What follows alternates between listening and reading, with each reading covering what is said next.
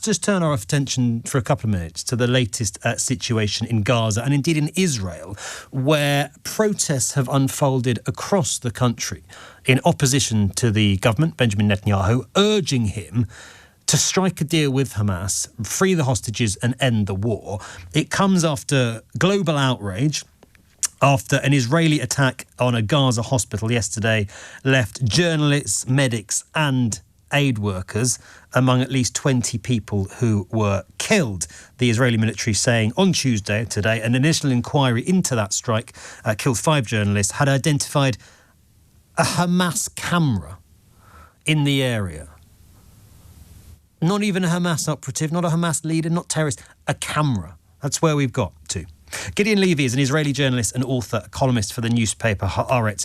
Gideon, we'll start with the protests. We've seen widespread protests across Israel at the Netanyahu leadership before, including quite recently. How significant are the latest ones? Afternoon. It is significant, but only up to limited measures, because finally those demonstrations, as devoted and as impressive they have no effect on Netanyahu. The protesters are not his political base, and he can easily ignore them. This is true from the beginning of the war, and it is true now. I want to put your attention to the fact that those people are mainly protesting for releasing the hostages and for the fall of the government. Only very few of them are protesting against the genocide in Gaza, and this is also regrettable. But in any case, it is still there. It is a comfort for the families of the hostages, obviously, that they are not alone, but a political effect they don't have. What proportion of Israeli society do these protesters speak for, Gideon? Are they the voice of the majority? I don't know. I mean, the polls show the majority of Israelis want to see the end of the war and want to see a deal now. So from this point of view, it is a majority. Does the majority of Israel want to see Netanyahu being replaced? It changes. Right now, there is a majority who say so, but this does not guarantee that in the next elections he will not be elected. So yes, it is a majority, but you know, the government has a very solid majority right now. The coalition has a solid majority, and they can continue to do whatever they want. Let's just talk about that strike yesterday, the latest Israeli strike on a Gaza hospital. 2 airstrikes several minutes apart, killing at least 20 people, including 5 journalists. What has the Israeli government said about that? In this case, unlike all the other cases, and you can't isolate this incident because it's almost a weekly incident, if not a daily. But somehow, because of the international protest, this time in a very, very rare opportunity, the government regretted it and explained that it was not by intention, but it is totally hollow.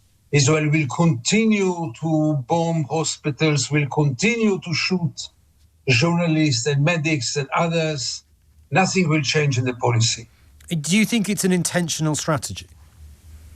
It is a strategy of shooting anything which moves in Gaza in order to make Gaza an unlivable place. And if it's a journalist, it's a journalist. And if it's an aid worker, it's an aid worker. The idea is to make Gaza unlivable, to push all the rest of the people who survive this hell to the south, and then to offer them one of 2 possibilities, one is to stay in those concentration camps or to leave the Gaza Strip. In good English, this is called ethnic cleansing, and it is a crime of war. And Netanyahu taking social media yesterday to insist that Israel deeply regrets what he called the tragic mishap that occurred at the Nasser Hospital in Gaza.